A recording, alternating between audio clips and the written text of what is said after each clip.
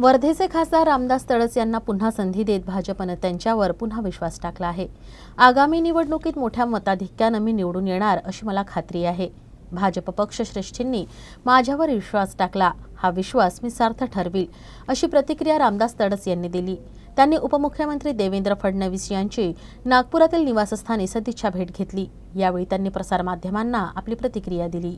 भारतीय जनता पार्टीने मला तिसऱ्यांदा या ठिकाणी उमेदवारी दिली वर्धा लोकसभा मतदारसंघामध्ये आणि सदिच्छा भेट आणि त्यांचे मार्गदर्शन घेण्याकरिता आज मी या ठिकाणी आलो आहे। त्यांचं सदिच्छा भेट घेतली, त्यांचं मार्गदर्शन घेतलं, पुढील रणनीती कशी ठरवायची हे सुद्धा त्यांनी सांगितलं आणि येणाऱ्या काळात फार मोठ्या फरकाने सुद्धा मी या ठिकाणी विजय मिळवीन असा मला आत्मविश्वास आहे।